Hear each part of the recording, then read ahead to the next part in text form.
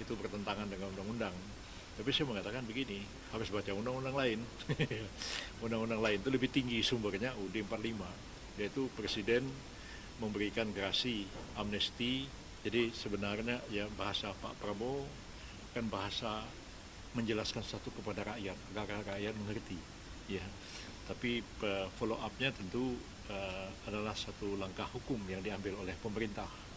Yang saya sudah jelaskan kemarin bahwa orang presiden itu kan ya, di satu pihak memang undang-undang pidana korupsi mengatakan bahwa pengembalian kerugian negara itu kan tidak menghapuskan sifat pidana dari perbuatan itu yang mungkin ditanya kan. Nah, ada yang mengatakan itu bertentangan dengan undang-undang. Tapi saya mengatakan begini, harus baca undang-undang lain. Undang-undang lain itu lebih tinggi sumbernya UUD 45, yaitu Presiden memberikan gerasi, amnesti, abolisi, dan rehabilitasi. Nah, kalau Presiden memberikan gerasi, meminta pertimbangan Mahkamah Agung. Kalau Presiden memberikan amnesti dan abolisi, meminta pertimbangan DPR. Dan gerasi, amnesti dan abolisi itu bisa diberikan terhadap tindak pidana apapun. Ya, saya berapa kali mengurusi amnesti dan abolisi dari zamannya Pak Habibie, zamannya Gus Dur. Pada waktu zamannya Pak Habibie, amnesti diberikan kepada setiap orang yang terlibat dengan politik ya dan dipidana karena berseberangan dengan pemerintah Orde Baru. Di zaman Gus Dur bahkan saya mengumumkan abolisi dan amnesti terhadap semua pemberontak GAM Aceh. Nah, jadi kalau misalnya Pak Prabowo mengeluarkan amnesti dan abolisi terhadap orang yang masih dalam proses hukum diduga melakukan korupsi atau orang yang sudah divonis bersalah melakukan korupsi, Presiden bisa memberikan abolisi, bisa juga memberikan abolisi jadi perkaranya tidak dituntut, atau Presiden memberikan amnesti sedang sidang ataupun diadili ataupun juga tidak akan dituntut. Itu bisa terjadi. Jadi kalau itu dilakukan, maka ketentuan tentang bahwa meskipun mengembalikan kerugian negara tidak menghapuskan sifat pidananya, itu kalau diberikan abolisi amnesti ya perkara itu selesai. Nah, lebih tinggi itu UUD 45 sumbernya. Nah, jadi sedang dikaji oleh para menteri, Pak Supratman terutama ya, bahwa rencana Presiden akan kalaulah orang yang diduga melakukan korupsi itu dengan sukarela mengembalikan harta atau uang negara yang mereka korup, atau mereka sudah dipidana dengan sukarela menyerahkan lebih daripada apa yang sudah diputuskan misalnya juga diserahkan, maka Presiden mengatakan akan dimaafkan. Nah, bahasa Pak Presiden begitu. Kalau bahasa hukumnya ya akan masuk dalam daftar orang yang diberikan amnesti dan diberikan abolisi. Bisa juga kalau gerasi itu individual, si A dipidana dia harus mohon gerasi. Tapi kalau amnesti abolisi itu Presiden mengatakan semua orang. Nah, seperti Gus Dur dulu, semua orang yang terlibat dalam gerakan bersenjata, gerakan Aceh Merdeka, diabolisi, diamnesti, nggak disebutin namanya. Namanya siapa? Saya ngatur. Jadi saya mengatakan si A, si B itu Menteri Kehakiman. Jadi dia umum. Jadi bisa aja kan segala orang yang sampai tanggal sekian.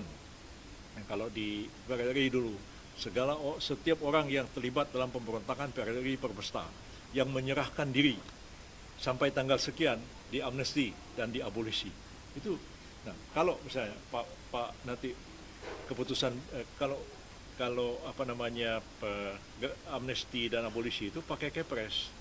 Jadi Kepres mengatakan misalnya ya 1 Agustus tahun 2025 ya, barang siapa yang terlibat korupsi ini mengembalikan hartanya dinyatakan diabolisi. Nanti nama-namanya kita yang susun berdasarkan data yang kita miliki. Gitu.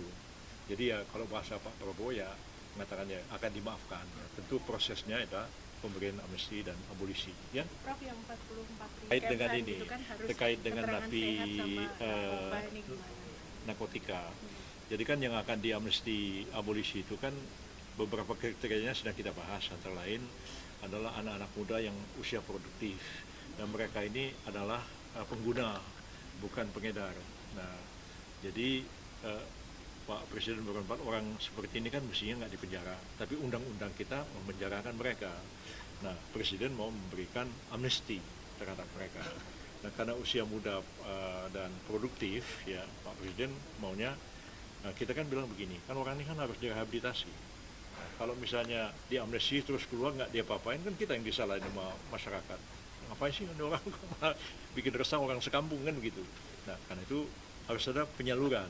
Mereka ini adalah sekaligus direhabilitasi dan sekaligus disalurkan usia produktifnya itu. Maka Presiden akan merekrut mereka itu dalam komponen cadangan yang militer begitu. Tapi ini bukan militeristik, ini the military way. Bukan militarism, itu hal yang berbeda. Kalau militarism itu betul-betul kita menggunakan militer betul, tapi kalau military way itu kita menggunakan cara-cara militer untuk menyelesaikan sesuatu. Bisa aja perusahaan company yang besar dia menggunakan military way, bisa aja. Jadi anak-anak ini yang muda-muda ini dilatih disiplin, dilatih baris berbaris segala macam ya, dan kemudian diterjunkan ke daerah-daerah yang sekarang ini menjadi program pemerintah. Kan pemerintah mau swasembada pangan dan itu membuka perkebunan di Papua dan juga di Kalimantan beberapa juta hektar. Nah, mereka yang sudah dilatih Komcat ini bisa diterjunkan ke sana kalau mereka berminat, ada pekerjaan, ada ini. Nah, itulah maksud Pak Prabowo itu disalurkan ke sana. Sekaligus mereka direhabilitasi. Tapi seharusnya kan harus sehat, tidak? Siapa yang meletakkan senjata dan menyerahkan senjatanya kepada Tentara Nasional Republik Indonesia tanggal sekian dan mengucapkan sumpah setia kepada Republik Indonesia, maka diberi amnesti. Jadi ada syarat. Jadi kalau misalnya Komcat memang tidak wajib bagi warga negara yang lain.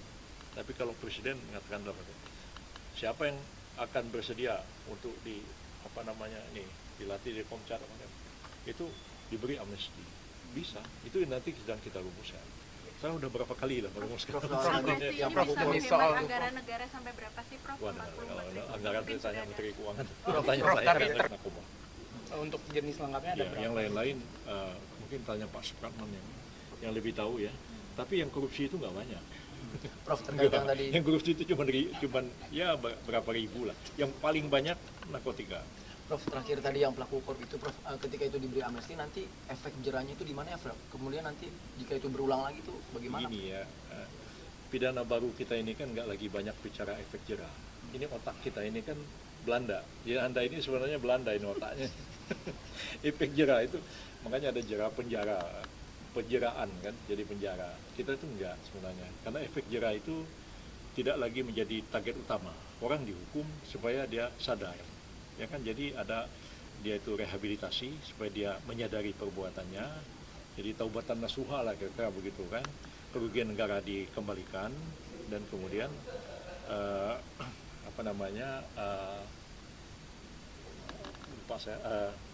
kerugian negara dikembalikan, orangnya dipidana, ada begitulah kira-kira. Nah, kenapa? Kan kita efek jerah supaya nggak ngulang lagi. Coba ambil contoh misalnya. Kenapa dia korupsi? Karena dia jadi bupati. Korupsi kan terkait sama jabatan, ya kan? Kenapa dia disuap? Ya karena dia pejabat. Begitu dia dipidana, terus 5 tahun misalnya, 10 tahun, supaya dia jerah tidak mengulanginya.